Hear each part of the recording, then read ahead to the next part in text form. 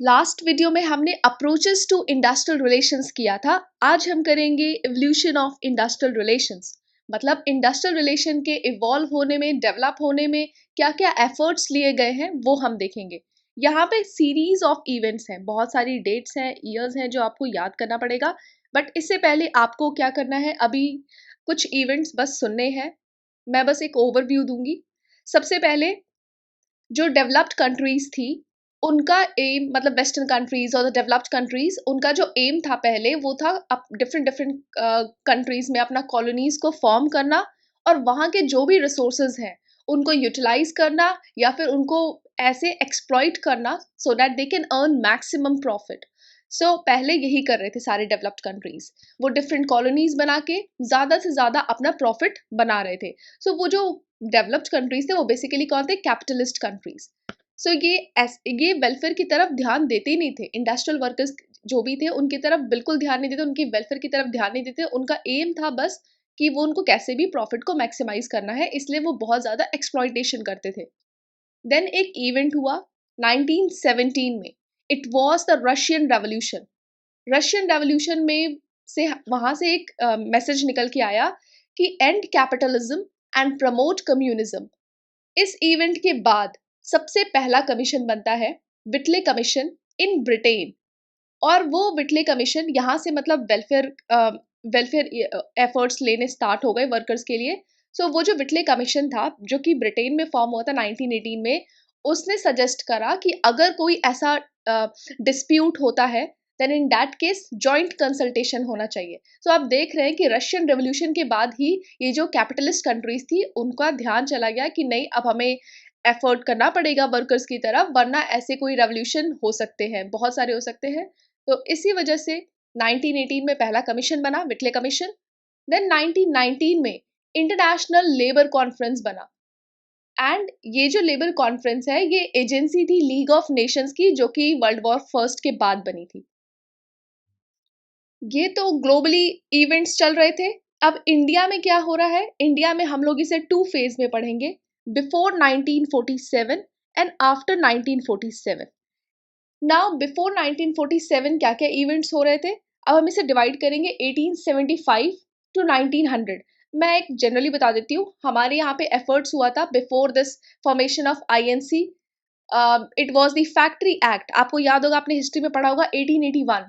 Then the second factory act 1891, जो कि बोलता है कि जो भी चिल्ड्रंस है उन्हें कितने घंटों के लिए काम करना चाहिए, जो विमेन है उनको कितने घंटे के लिए काम करना चाहिए। सो उन पे कुछ लिमिटेशंस थी। फॉर एग्जांपल जो फैक्ट्री एक्ट 1881 था उसमें बोला गया था कि जो भी 7 साल से छोटे बच्चे हैं उनको 9 घंटे से ज़्यादा काम नहीं करवाना है। और जब ये एक्ट 1891 में आया तब ये लिमिटेशंस लगाई गई कि जो 9 साल के बच्चे हैं उनको 7 घंटे से ज़्यादा काम नहीं करवाना है, विमेन को 12 घंटे से ज़्यादा काम नहीं कराना है। सो आप यहाँ पे ये भी देख सकते हैं कि जो बाकी वर्कर्स हैं, जो कि मेल वर्कर्स हैं, उनसे कितना ज़्यादा काम करवाते होंगे। लेकिन ये जो फैक्ट्री एक्ट आया था, जो भी लिमिटेशंस लगी थी, वो सिर्फ इंडियन फैक्ट्रीज पे थी, ब्रिटिश प्लांटेशंस पे नहीं थी। तो इनका मोटिव क्या था कि वो सिर्फ ब्रिटिश की प्रोडक्शन को इंक्रीज करें, उनकी जो मैक्सिमाइज है मतलब उनकी जो प्रोडक्टिविटी उसको मैक्सिमाइज करें। मतलब ये जो लिमिटेशंस थी सिर्फ इंडियन फैक्ट्रीज पे लगी थी। सो इसके रिगार्डिंग कुछ प्रोटेस्ट भी हुए थे कि आप ये ब्रिटिश पे क्यों नहीं लगा रहे, अपनी फैक्ट्रीज पे क्यों नहीं लगा रहे, क्यों इंडियन इंडियन फैक्ट्रीज पे ही लगा रहे हैं। देन 1900 का फेज अब हम करेंगे 1900 से 1930। जैसे ही 1917 में तो हमने देखा कि ग्लोबली रशियन रेवोल्यूशन हो रखा है। अब उसी के बाद 1918 में पहला, मतलब ब्रिटिश ने, हमने देखा था कि 1918 में विटले कमीशन बना था ब्रिटेन में। इंडिया में क्या हुआ था 1918 में, मद्रास लेबर यूनियन, जो पहली ट्रेड यूनियन थी इंडिया की, उसको रिकग्नाइज किया गया। अब उसको रिकग्निशन मिला कि उनको लगा ब्रिटिश जो भी हमारे कॉलोनियल रूलर्स थे कि अगर हम इन्हें रिकग्नाइज नहीं करेंगे तो ऐसा कोई रेवोल्यूशन हो सकता है। और उसके बाद ही 1920 में हमारा बनता है AITUC, all India trade union Congress, जिसको प्रिसाइड करते हैं लाला लाजपत राय।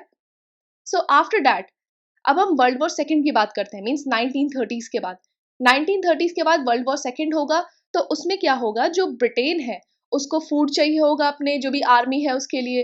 तो अब अगर वो फैक्ट्रीज पे मतलब उन्होंने लिमिट लगा दी कि कोई भी स्ट्राइक नहीं करेगा, अगर कोई डिस्प्यूट होता है तो जॉइंट कंसल्टेशन से उसको सॉल्व करेंगे, क्योंकि उनको चाहिए था मैक्सिमम टू मैक्सिमम जो भी प्रोडक्ट्स हैं, फूड है एक्सेट्रा, इसलिए चाहिए था उनको। फिर 1947 के बाद हमने काफ़ी समय तक जो कॉलोनियल एक्ट्स थे उनको ही रेगुलेट करा, थोड़ा सा चेंजेस लाए थे। अब उसके बाद हमारी 1960s में means after independence national commission of labour बनती है, जो कि बहुत इंपॉर्टेंट है, उसका ईयर भी इंपॉर्टेंट है, 1966 है, हम लोग इसमें देखेंगे अभी नोट्स में। 1980s में फिर कुछ एफर्ट्स लिए गए। देन अब एक बार इसमें से देखते हैं हम लोग। सो पहला है यहाँ पे evolution of industrial relation.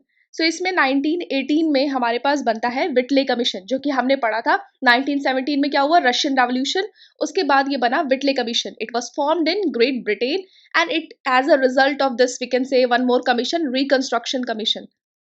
Now it has recommended, ये जो विटले कमीशन बना था इसने रिकमेंड करा कि इंडस्ट्रियल काउंसिल्स का फॉर्मेशन होना चाहिए थ्रू आउट द वर्ल्ड। अब ये हमने देख चुका है 1919 में आईएलओ का formation, which was the agency of this league of Nations, जो कि वर्ल्ड वॉर फर्स्ट के बाद बना। नेशनल लेवल पे ये आपको याद रखना है।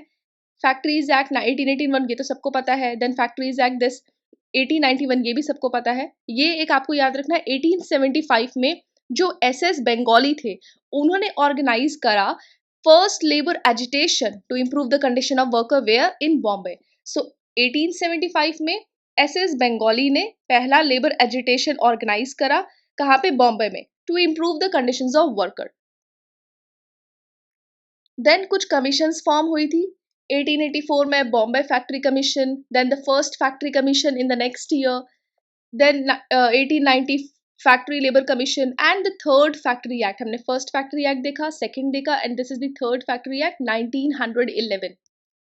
सो ये सब फैक्ट्स है, इतना सब कुछ याद नहीं, बस एक बार आपको देखना है। देन एनएम लोखंडे, नारायण मेघजी लोखंडे, इन्होंने स्टैब्लिश करा बॉम्बे मिल्स हैंड्स एसोसिएशन, कब, 1890 में। And also he helped in the publication of labour magazine जिसका नाम है दीन बंधु। देन 1897 में amalgamated society of railway servants of India, it was established and registered under the companies act. So 1819 में ये Bombay mills hand association बनती है। Then 1897 में amalgamated society of railway servants. अब कुछ ग्रुप्स, मतलब ये एक्चुअली इसके बाद क्या हुआ, 1900 का फेज चला। 1900 के फेज में हमारे पास काफ़ी सारे यूनियंस आते हैं, trade unions, for example AITUC, and various groups are formed. So 1907 से ही हमारे यूनियंस बनने स्टार्ट हो जाते हैं। For example printers union Calcutta 1907, postal union, Kamgar Hitwardhak Sabha and social service league. 1918 में वही जो हमने अभी देखा था Madras labour union, it was first properly registered trade union. It was started by the initiative of Mr. B.P. Vadya, who had established this. तो actually 1917 में Russian revolution हो रहा है, तो इंडिया में अगले ही साल मद्रास लेबर यूनियन को रिकग्निशन मिल गया।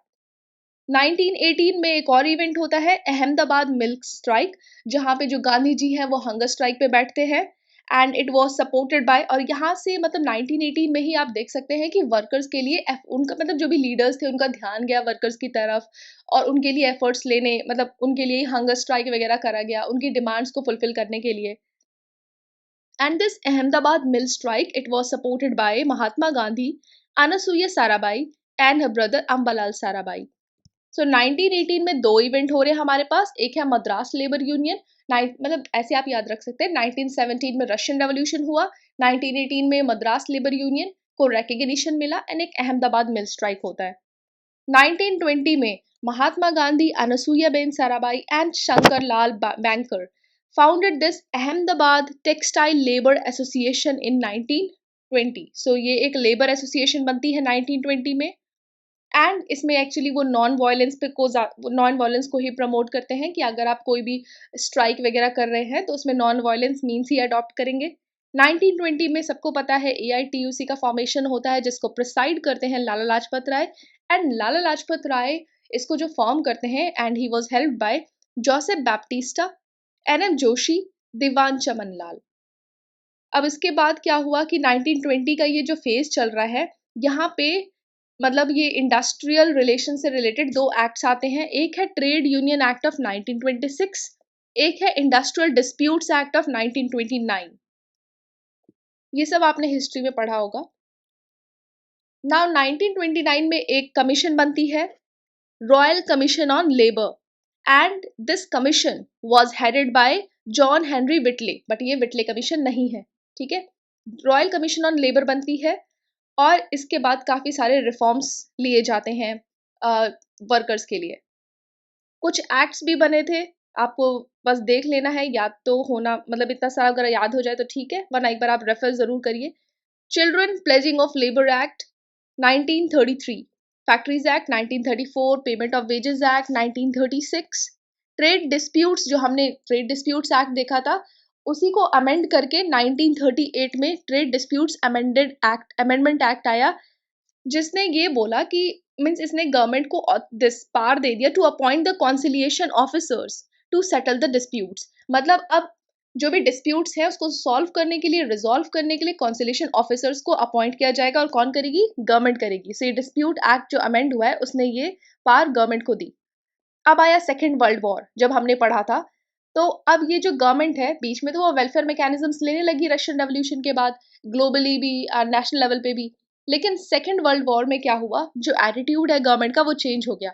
वो काफ़ी सारे रिस्ट्रिक्टिव मेजर्स लेने लगी क्योंकि उनको चाहिए था फूड, और मतलब वहाँ पे उनका ध्यान वर्ल्ड वॉर सेकेंड पे था, तो वो स्ट्राइक वगैरह पे नहीं अपना फोकस मतलब डाइवर्ट करना चाहते थे, वो सारा ध्यान अपने वर्ल्ड वॉर पे रखना चाहते थे। सो काफ़ी सारे रिस्ट्रिक्टिव मेजर्स लिए गए। For example, this Essential Service Maintenance Ordinance, Defense of India Rules, etc. अब एक्चुअली ये जो मेजर्स लिए गए इसमें ये बोला गया कि आप किसी भी चीज़ का, कोई भी गुड्स का, कोई भी मटेरियल का आप स्टॉक नहीं कर सकते हैं। मतलब ये सब मेजर्स लिए गए, स्टॉक नहीं करेंगे तो वहाँ पे पहुँचाए जाएंगे, वर्ल्ड वॉर सेकेंड में जो ज़रूरत है वो सब चीज़ें वहाँ पे पहुँचाई जाएंगी। और ये भी बोला कि अगर आपको कोई इशू है, कोई भी कॉन्फ्लिक्ट अराइज हो रहा है, इन that case go for joint consultation, आपस में बात करके रिजॉल्व करते हैं ना, स्ट्राइक करने की क्या ज़रूरत है। तो उन्होंने ये सब चीज़ें इस मतलब ये जो मेजर्स लाए थे, पहले तो बोल दिया आपको कोई भी चीज़ का स्टॉक नहीं करना है, और उसके बाद मतलब बहुत सारे कंट्रोलिंग और रिस्ट्रिक्टिव मेजर्स लाए, और ये भी बोला कि जॉइंट कंसल्टेशन से, मतलब ये जॉइंट कंसल्टेशन आप करिए rather than strike. Now Indian independence के पास आते ही ये जो ब्रिटिशर्स थे उन्होंने बोला कि चलो इनके लिए कुछ एफर्ट्स करते हैं, क्योंकि अब तो उनको जाना ही था। तो 1945 में कुछ रिफॉर्म्स लिए गए। For example, this Indian trade unions amendment act 1947, industrial employment standing orders act 1946, then this Bombay industrial relations, ये सब एक्ट हम लोग थोड़ा डिटेल में बाद में देखेंगे। Bombay industrial relations act 1946, this industrial disputes act 1947, and AITUC में भी एक्सप्लिट हो गया, INTUC का फॉर्मेशन हुआ। पोस्ट इंडिपेंडेंस एरा, अब इंडिपेंडेंस के बाद क्या क्या एफर्ट्स लिए गए इंडस्ट्रियल रिलेशंस में। सबसे पहले जो कॉलोनियल एक्ट्स चल रहे थे हमने उन्हीं को कंटिन्यू करा इंडिपेंडेंस के बाद काफ़ी समय तक, और उसके बाद हमने उसे चेंज किया। लेकिन कॉलोनियल एक्ट्स में क्या था कि पावर कंसंट्रेटेड था कुछ ही लोगों के पास। So due to this unequal distribution of power in the labour market, state को, दैट इज द गवर्नमेंट को इंटरवीन करना पड़ता था।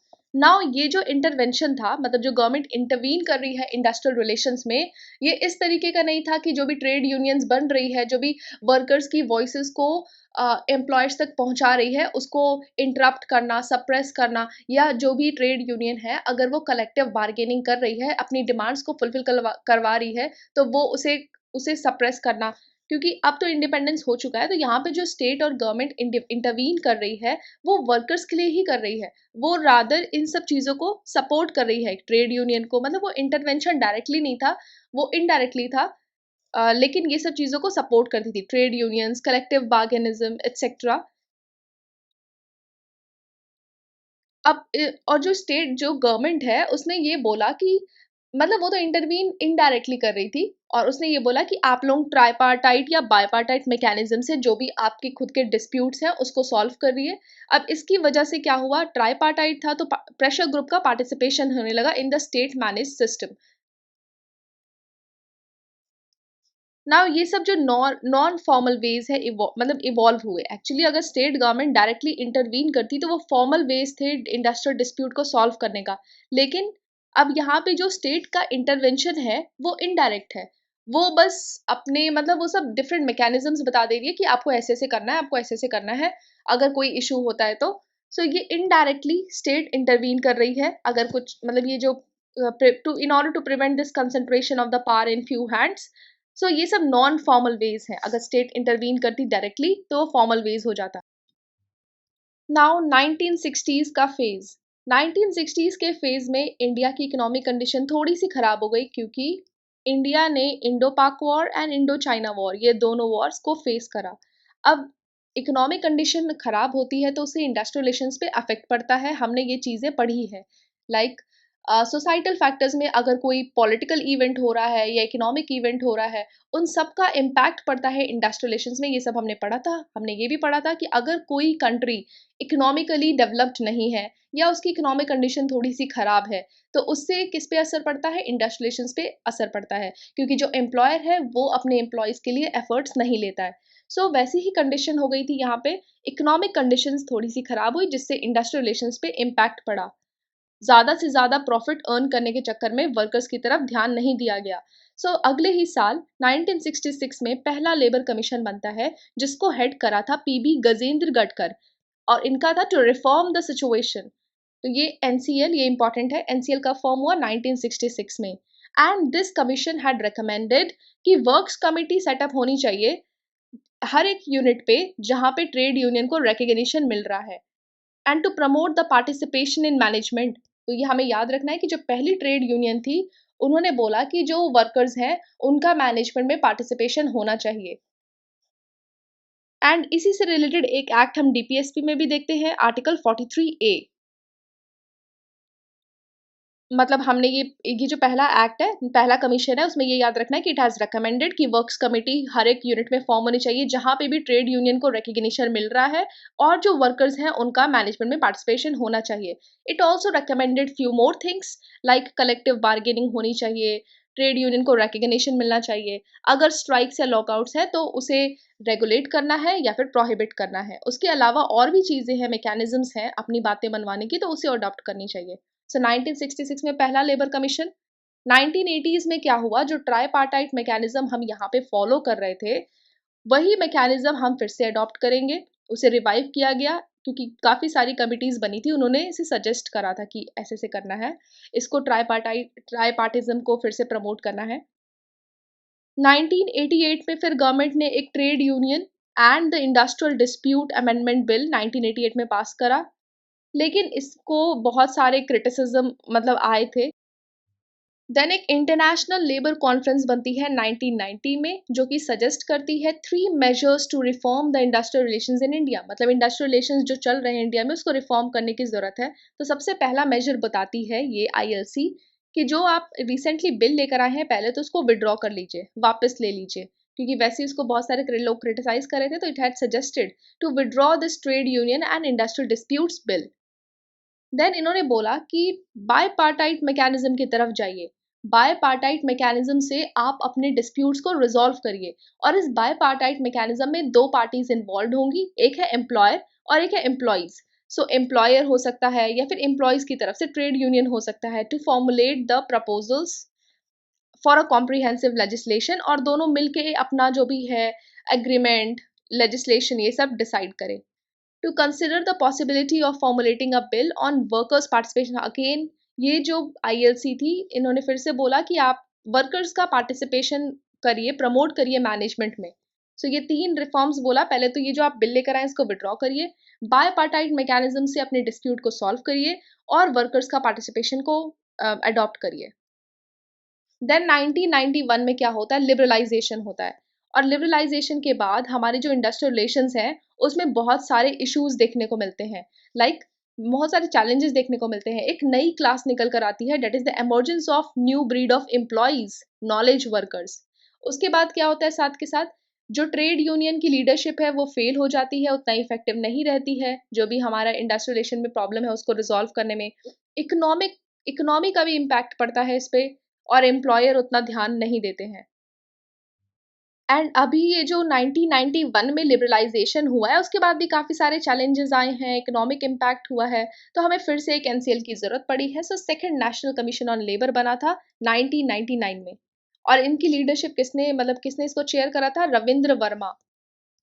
And this commission it has submitted the reports to the then prime minister Atal Bihari Vajpayee. So आपका ये जो second labour commission बना है एनसीएल, वो उस टाइम पे कौन प्राइम मिनिस्टर थे? अटल बिहारी वाजपेयी जी। अब ये जो कमीशन बनी थी इसने रेकमेंड करा कि जो भी ये जो लॉज इतने सारे हैं लेबर लॉज, उनको उनको ग्रुप करके आप 4 से 5 लेबर कोड्स लाइए। अब ये अभी जो रिसेंटली 4 लेबर कोड्स आए हैं जो हम लोग करेंगे, तो वो उसी का रिकमेंडेशन का रिजल्ट है। और अभी जो रिसेंटली 4 लेबर कोड्स है, ये 44 सेंट्रल लेबर कोड को, not the state, central labour codes को ग्रुप करके 4 लेबर कोड्स इसने दिया है। नाउ कुछ फैक्ट्स देखते हैं। 1948 में हमारी एक्चुअली ये जो हमने भी सीरीज ऑफ इवेंट और ये इवोल्यूशन ऑफ इंडस्ट्रियलाइजेशन पढ़ा था, उसी में कुछ कुछ ये एक्ट्स और ये कुछ यूनियंस फॉर्म हुई हैं, तो उनको देखते हैं। 1948 में हमारी बनती है हिंद मजदूर पंचायत की, एक ट्रेड यूनियन है जो कि प्रजा सोशलिस्ट पार्टी ने स्टार्ट करी थी। लेटर इसको मर्ज कर दिया गया इंडियन फेडरेशन ऑफ लेबर से टू फॉर्म दिस हिंद मजदूर सभा। देन 1948 में एक फैक्ट्री एक्ट भी इनैक्ट होता है on the recommendation of this Rege committee, and it was influenced by the previous acts, जो भी आईएलओ के कॉन्फ्रेंसेस हुए थे या फिर ब्रिटिश के लॉज थे। सो ये फैक्ट्रीज, मतलब हमने बोला था ना कि काफ़ी सारे कॉलोनियल एक्ट्स या फिर जो भी कॉलोनियल मॉडल है वो कंटिन्यू करा था इंडिपेंडेंस के बाद। सो ये उसी का रिजल्ट है। एक फैक्ट्रीज एक्ट आया था 1948 जो कि प्रीवियस एक्ट्स, प्रीवियस कॉन्फ्रेंसेस और ये ब्रिटिश लॉज से इन्फ्लुएंस होकर आया था। देन 1948 में एक इंडस्ट्रियल पॉलिसी रेजोल्यूशन भी प्रिपेयर होता है, और 1950 में हमारा ये प्लानिंग कमीशन स्टार्ट हो जाता है, फर्स्ट 5 ईयर प्लान। एंड ये जो पहला 5 ईयर प्लान था इसने रिकग्नाइज करा लेबर की डिग्निटी को, और उसके रिगार्डिंग एफर्ट्स लिए गए। नाउ अब हमने पढ़ा था कि स्टार्टिंग में गवर्नमेंट भी इंटरवीन कर रही थी, लेकिन इनडायरेक्टली। सो गवर्नमेंट इंटरवीन मतलब वो रूल्स एंड रेगुलेशंस फॉर्म कर देगी और बोलेगी आप ट्राईपार्टाइट मैकेनिज्म या बाईपार्टाइट मैकेनिज्म से खुद के डिस्प्यूट रिजॉल्व कर लो, मतलब डायरेक्टली इंटरवीन नहीं कर रही है। सो 1958 में गवर्नमेंट इसके रिगार्डिंग एक code of discipline of industries लेकर आई। ये जो code of discipline of industries है ये एक लीगल डॉक्यूमेंट नहीं है, मतलब ये जो कोड है इसमें कुछ गाइडलाइंस दिए हैं, बट अगर आप उन गाइडलाइंस को नहीं मानते हैं तो आप पे कोई एक्शन नहीं लिया जाएगा। सो एक तरीके लीगल डॉक्यूमेंट नहीं था। नाउ ये जो code of discipline of industries है इसको अप्रूव किया गया 16th इंडियन लेबर कॉन्फ्रेंस में, जो कि मतलब उस ये जो कोड आया है इसमें जीएल नंदा जो कि हमारे लेबर मिनिस्टर थे उस टाइम पे, उन्होंने बहुत इंपॉर्टेंट रोल प्ले किया। ना ये जो कोड है ये गांधीयन फिलॉसफी को फॉलो करके बनाया गया था, मतलब ये गांधीयन फिलॉसफी को फॉलो करती है, इंडस्ट्रियल डेमोक्रेसी को प्रमोट करती है। मतलब आप ट्रस्टीशिप थियरी को प्रमोट करती है वहाँ पे, मतलब आप अपने जो वर्कर्स हैं उनके वेलफेयर के लिए एफर्ट्स लीजिए। स्ट्राइक को अवॉइड भी करती है, मतलब आप स्ट्राइक को लास्ट रिजॉर्ट मान के चलिए। इसके अलावा आपके पास बहुत सारे मैकेनिज्म्स हैं, उन मैकेनिज्म से आप डिस्प्यूट को रिजॉल्व करिए। और इसने ये जो कोड आया था इसने एम्प्लॉयर और एम्प्लॉयज़ की मतलब वेटेज दिया, उनकी वॉइसेस को वेटेज दिया, सुना गया। मतलब आप देखेंगे यहाँ पे क्या क्या कोड है, इस ये जो कोड आया इसके एलिमेंट्स क्या हैं। सबसे पहले जो दो पार्टी है, क्योंकि बाय पार्टीजन से हम लोग इसे सॉल्व कर रहे हैं, तो यहाँ पे जो दो पार्टीज है that is employees and employer, उनको जो भी उनके पास एग्जिस्टिंग मशीनरी है, जो भी उनके पास एग्जिस्टिंग मैकेनिज्म्स हैं अपने डिस्प्यूट को सॉल्व करने के लिए, पहले तो उनको अडॉप्ट करना चाहिए और उसको यूज़ करके कोशिश करें कि जो उनका डिस्प्यूट है वो रिजॉल्व हो जाए। मतलब यहाँ पे जो दो पार्टीज इन्वॉल्व है वो स्ट्राइक्स या लॉकआउट्स इन सब चीज़ों पे नहीं जाएगी, वो पहले जो उनके पास जब मतलब जो भी उनके पास मैकेनिज्म है, सेटलमेंट मैकेनिज्म, पहले उनको सॉल्व करेगी। और बिना इन सब मतलब without exploring all avenues of settlement they can't move to this strikes और लॉकआउट्स। जो पार्टीज मानती है, मतलब अगर वो ये इन सब मैकेनिज्म से डिस्प्यूट सेटल करने की कोशिश करती है, लेकिन अगर इन केस उनका ये डिस्प्यूट आपस में नहीं सेटल हो पाता ये बाई पार्टीजन मैकेनिज्म से, इन दैट केस ओनली वो किसी वॉलंटरी आर्बिट्रेशन या फिर थर्ड पार्टी के पास जा सकती है, वो ट्राइब्यूनल्स की तरफ जा सकती है, लेकिन पहले कोशिश करेगी कि जो उनका डिस्प्यूट है वो उनकी इंडस्ट्रीज में आपस में ही सॉल्व हो जाए। अब ये जो कोड है इसने ये भी बोला कि ट्रेड यूनियन को रिकग्निशन मिलेगा, उसका क्या क्राइटेरिया है ये भी बताया इस कोड में। और ये भी बोला क्या ये जो दो मतलब ये जो पार्टीज इन्वॉल्व हैं वो अनफेयर लेबर प्रैक्टिसेस को प्रमोट नहीं करेंगी, और क्या क्या होती है वो सब इसमें डिटेल दी गई है। Management and the trade unions agree to establish grievance procedure on a mutually agreed basis. मतलब ये जो एम्प्लॉयर है और ये एम्प्लॉयज का ट्रेड यूनियन है, इन्होंने डिसाइड कर लिया कि हम कैसे कैसे ये ग्रीवांस के जो प्रोसीजर हैं, और मतलब उन्होंने कुछ आपस में ही बात करके एक ग्रीवांस प्रोसीजर बनाया कि जो भी वर्कर्स हैं उनकी ग्रीवांसेस को कैसे एड्रेस करना है, उनकी प्रॉब्लम्स को कैसे सॉल्व करना है, उनके वेलफेयर को कैसे प्रमोट करना है। सो नेक्स्ट वीडियो में हम ये कॉन्स्टिट्यूशनल प्रोविजंस करेंगे। कॉन्स्टिट्यूशन में हमारे बहुत सारे एक्ट्स दिए गए हैं, फंडामेंटल राइट्स में भी, डीपीएसपी में भी, और मतलब ये सब हम चीज़ें देखेंगे। So if you find this helpful please give a positive feedback. Thank you.